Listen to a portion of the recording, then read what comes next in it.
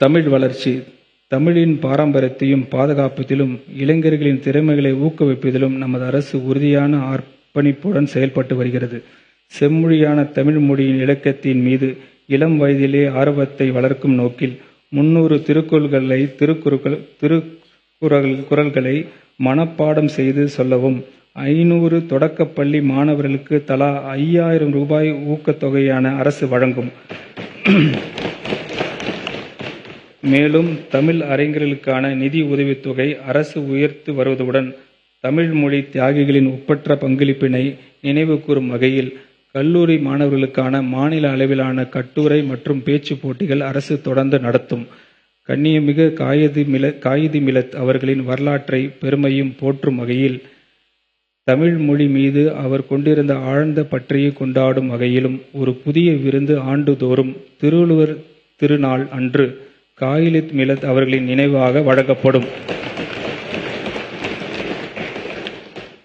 தமிழ் இணைய கல்விக் கழகத்தின் மூலம் லார்ஜ் லாங்குவேஜ் மாடல்ஸ் உருவாக்குதல், அரசின் அதிகாரப்பூர்வ தொடர்புகளை ஆர்டிஃபிஷியல் இன்டெலிஜென்ஸ் சார்ந்த மொழி தொழில்நுட்ப கருவிகளை கொண்டு செயல்படுத்துதல் மற்றும் முன்னணி பல்கலைக்கழகங்களுடன் இணைந்து தமிழுக்கு என எக்ஸ்க்ளூசிவ் ஏஐ மாடல் உருவாக்குதல் ஆகியவை முன்னெடுக்கப்படும். உலக புகழ்பெற்ற தொல்லியல் தலங்களையும் பல்லாயிரம் ஆண்டுகள் பழமையான பண்பாட்டு மரபையும் நாகரிகத்தையும் தமிழ்நாடு கொண்டுள்ளது. புத்தக அறிவுடன் கலை அறிவும் வேண்டும் என நோக்கத்தில் பள்ளி மாணவர்களுக்கு கீழடி, ஆதிச்சநல்லூர், கொடுமணல், மயிலாடும்பாறை, சிவக்கலை, அழுகன்குளம், அரிக்கைமேடு, சாலுவன்குப்பம் மற்றும் காவிரி பூம்பட்டினம் போன்ற தமிழ்நாட்டின் தொல்லியல் மற்றும் பாரம்பரிய தலங்கள் பார்வையிடுவதை அவசியமாகும். இது அனுபவம் சார்ந்த கற்றலை ஊக்குவிப்பதுடன் மாநிலத்தின் தொன்மையான வரலாறு, நாகரிகம் மற்றும் பண்பாட்டு பாரம்பரியம் குறித்து அவர்களது புரிதலையும் வலுப்படுத்தும். இந்த நோக்கில் பள்ளி மாணவர்களுக்கு தொல்லியல் தலங்கள் மற்றும் உயர்கல்வி நிறுவனங்களுக்கு கல்வி சுற்றுலா அழைத்து செல்வதற்காக இந்த அரசு 1 கோடி ரூபாய் நிதி ஒதுக்கீடு செய்கிறது. இந்து சமய அறநிலையம்.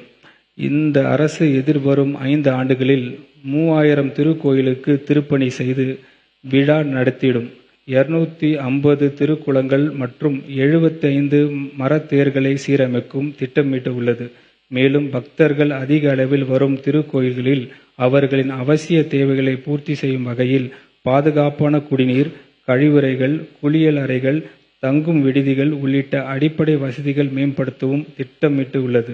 திருக்கோயிலில் மேனேஜ்மெண்ட் ட்ரஸ்டீஸ் அப்பாயின்மெண்ட்டை முக்கியத்துவத்தை உணர்ந்த இந்த அரசு பொறுப்பேற்றவுடன் குறுகிய காலத்தில் வேகமாக 9205 திருக்கோயில்களுக்கு அருங்காவலர் அறிவிப்பு வெளியிட்டு அருங்காவலர்களை நியமனம் செய்து நடவடிக்கை எடுத்து வருகிறது.